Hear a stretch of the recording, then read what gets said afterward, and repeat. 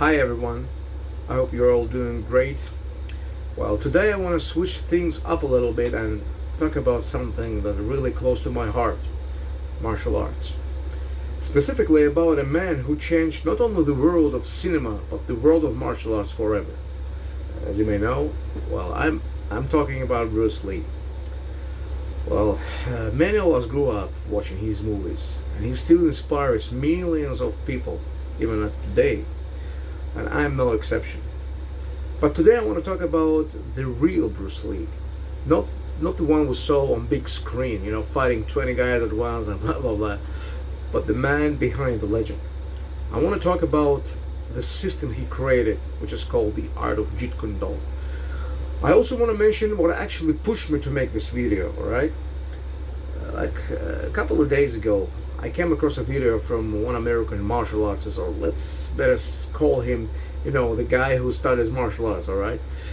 Where he openly claimed that Jeet Kune Do doesn't work in real life situations. Now, here's what I wanted to tell him. Well, actually I left a comment, but it all comes down to one thing. You see, this goes right back to Bruce Lee's concept. I mean, these people don't want to empty their cup. They hold on tightly to what they already know. And I don't mean to offend anyone, but that's typical mindset you often see in North American people. I mean, people are being stubborn to open up to something new. This is actually what Bruce Lee talked about in his book, The Tao of Jeet Kune Do. He used to say, empty your mind, empty your cup. Because if your cup is already full, there's no room to pour in new knowledge.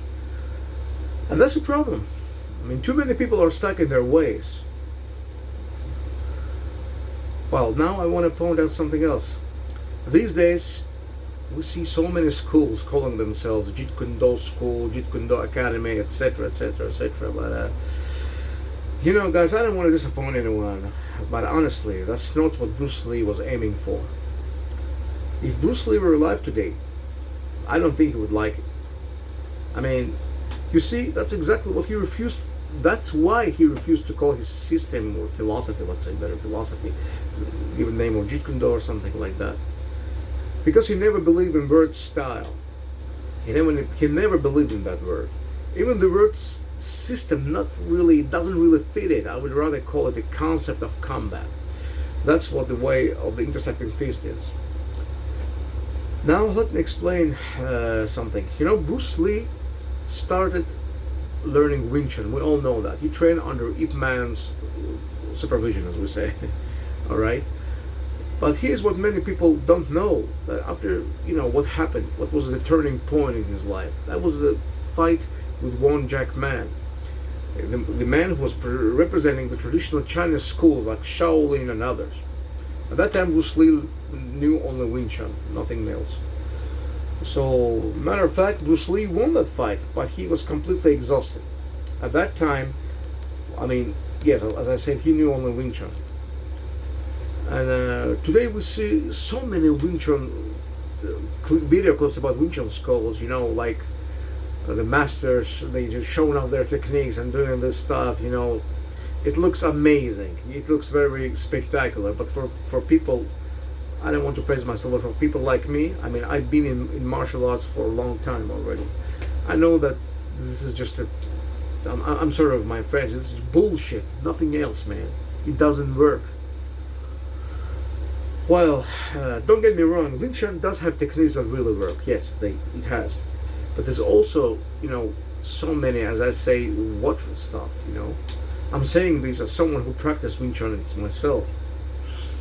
Eventually I came to a realization, that's why I walked away from Wing Chun, There's just too much theory, too much unnecessary things, as I say, and that's when I truly started to appreciate Bruce Lee's genius. That man was sharp, practical, and street smart. Sure, he wasn't a professional fighter, yeah, we know that. He didn't compete in tournaments, we all know that. He mostly did some demonstrations, but deep inside his soul, he was a warrior. What's the main thing, The only thing that I would call this his one flaw, I mean his lack, that he never fought in competitions. Because of that, he didn't build his name in the ring, but he did build his name through the movies. And that's why some people today call him just an actor, blah blah blah, something like that. But these people are dead wrong, that's for sure. Now I want to go back to Bruce Lee's concept, okay? Those who seen the Jeet Kune Do logo, his emblem, I mean, they might have noticed the phrase written around the logo, And if you really pay attention, you will notice saying this thing, using no way as way, having no limitations as limitations, and that tells us everything about Bruce Lee. He never stopped. He never stopped learning. He was constantly learning something, and he was always in search of some new technique of fighting.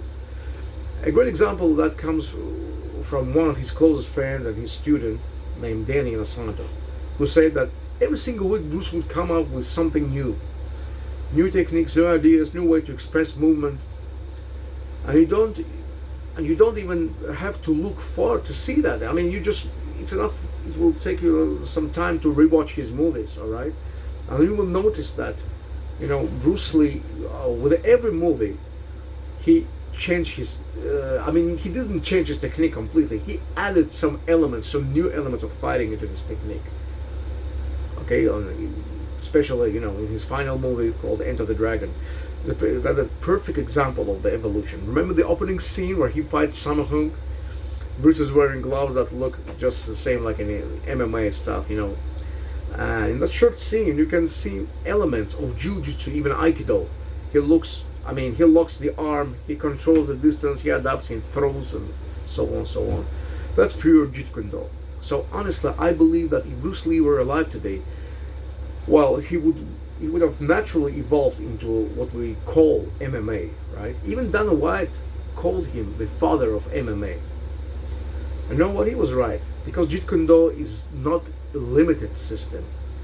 Jeet Kune Do it's easy to be applied to any kind of style, to fit in with any kind of style. You can use its concept in boxing, kickboxing, and grappling, anywhere. Trust me.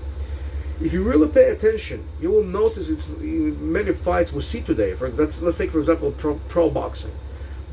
I mean, even in the cage, what is called UFC. Fighters who anticipate their opponent's moves to counterattack with precision and end the fight with knockout, mostly with knockout. That's exactly Bruce Lee's concept in action. That's what Bruce Lee was striving for: efficiency, adaptability, and freedom in combat. All right. So that's mostly about it, I think. I hope this helps you, give you some new insight into the concept of Jeet Kune Do. So thanks for watching. Anyway, I'm seeing you around. Bye.